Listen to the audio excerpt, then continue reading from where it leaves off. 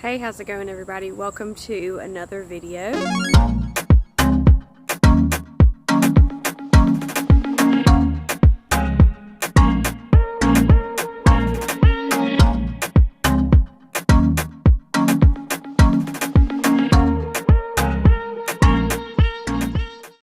Today is going to be one of those videos I was talking about where I talk about a little something different within the reptile community. This is not a breeding update video.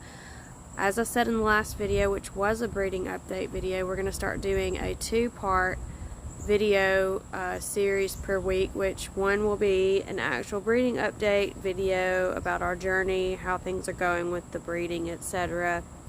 And then we also want to start doing a separate video per week about hot topics in the reptile community, care guides, anything else besides breeding that you guys want to know about, want to talk about, want to hear from us about. And what I wanted to sort of talk about today is the pet keeping versus breeding world. I see this world collide a lot, especially, among pet keepers when it comes to opinions on what's considered abuse or neglect for these animals.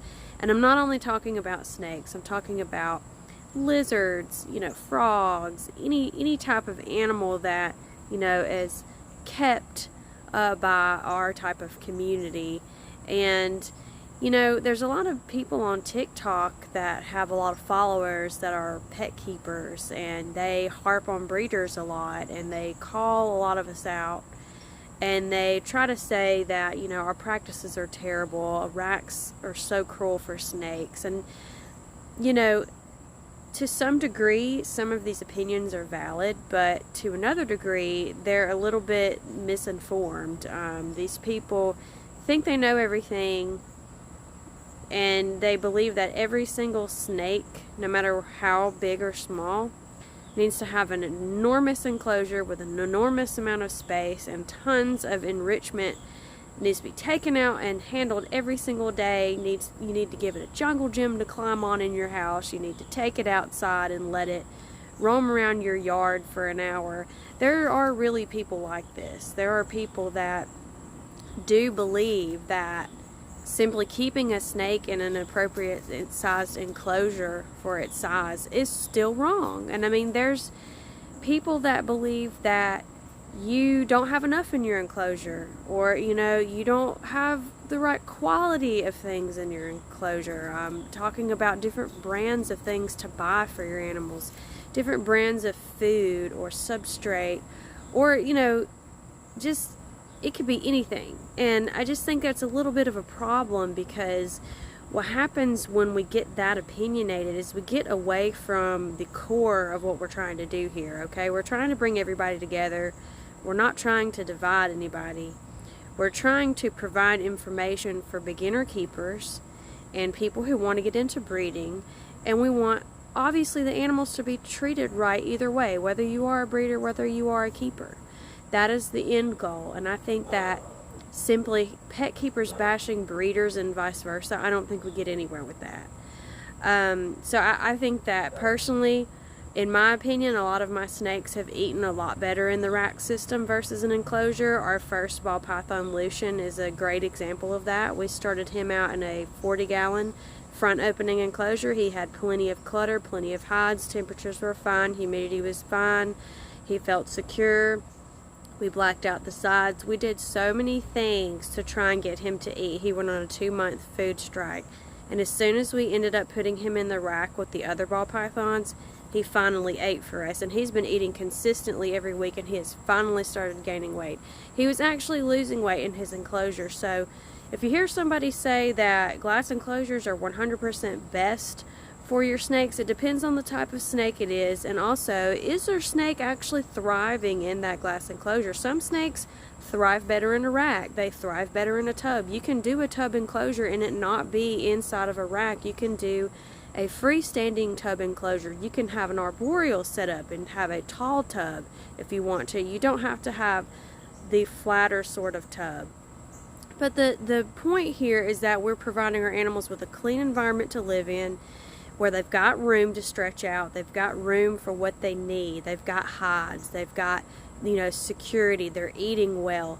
And that is the main thing that matters. Whether you take your animals out 5 times a day, 1 time a day, only a few times a week, it's got to be what works for you and what works for your animals, and you know your animals best. So if you see a lot of these videos on TikTok bashing something that you do, just remember that this is not the be-all end-all.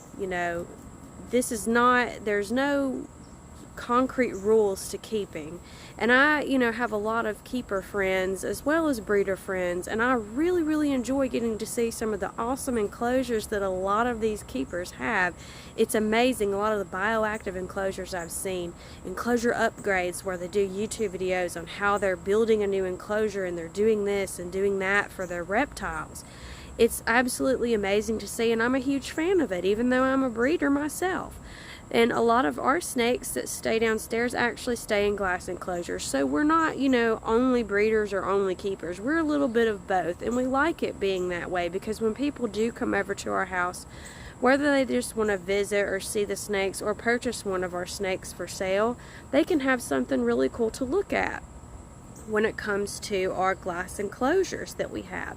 So I think that bringing people together more within the community instead of trying to separate everything and just be either or, I think that's a little bit better of an option when it comes to bringing everybody together, because we've already got a lot of people who are against us. We've already got a lot of people who really don't understand what we do at all. They think it's crazy to be keeping these animals in captivity. They think we're crazy and idiotic, and we've got to have, we've got to stand up for each other. We can't be against each other within our own community. We have to support each other. So I just feel like if you're one of those people that's on TikTok, YouTube, Instagram, you're doing your Instagram reels, whatever you're doing, and you're promoting this idea that racks are 100% cruel, keeping in tubs is 100% cruel, and you are just so heavily opinionated on how people keep their snakes down to the square inch measurements of their enclosure, I just think you need to kind of sit back a little bit and really think about what you're saying and the kind of image and the kind of precedent you're setting. And that's why I just feel like it's really important for us to just kind of help each other out, encourage each other. If you see something, say something, obviously. If you see downright abuse, say something. But if animals are healthy and happy and thriving, and a lot of people don't want to agree on this, but there are a lot of types of snakes that do enjoy feeling secure. They do enjoy tighter, smaller spaces. I just feel like we really need to stop and, think about what we're saying. Think about what kind of image and what kind of precedent we're setting when we're getting on TikTok and making these viral rant videos. I see a lot of them called rant of today or rant of the day. And it can be a little bit toxic. I've seen some people in particular go to reptile shows and film a breeder's table and actually go and bash that breeder on TikTok and use their table as an example of neglect or abuse, and also sort of over exaggerate what's going on and what they're showing in the video. And I think that's just so harmful. You really don't want to be calling anybody out. You really, that's in poor taste too. And somebody that is a really, really good person to follow and watch is not going to blatantly call people out. They're not going to make blanket statements. They're not going to say that keeping in racks in general is cruel. Keeping in tubs in general is cruel. Glass enclosures are 100% best.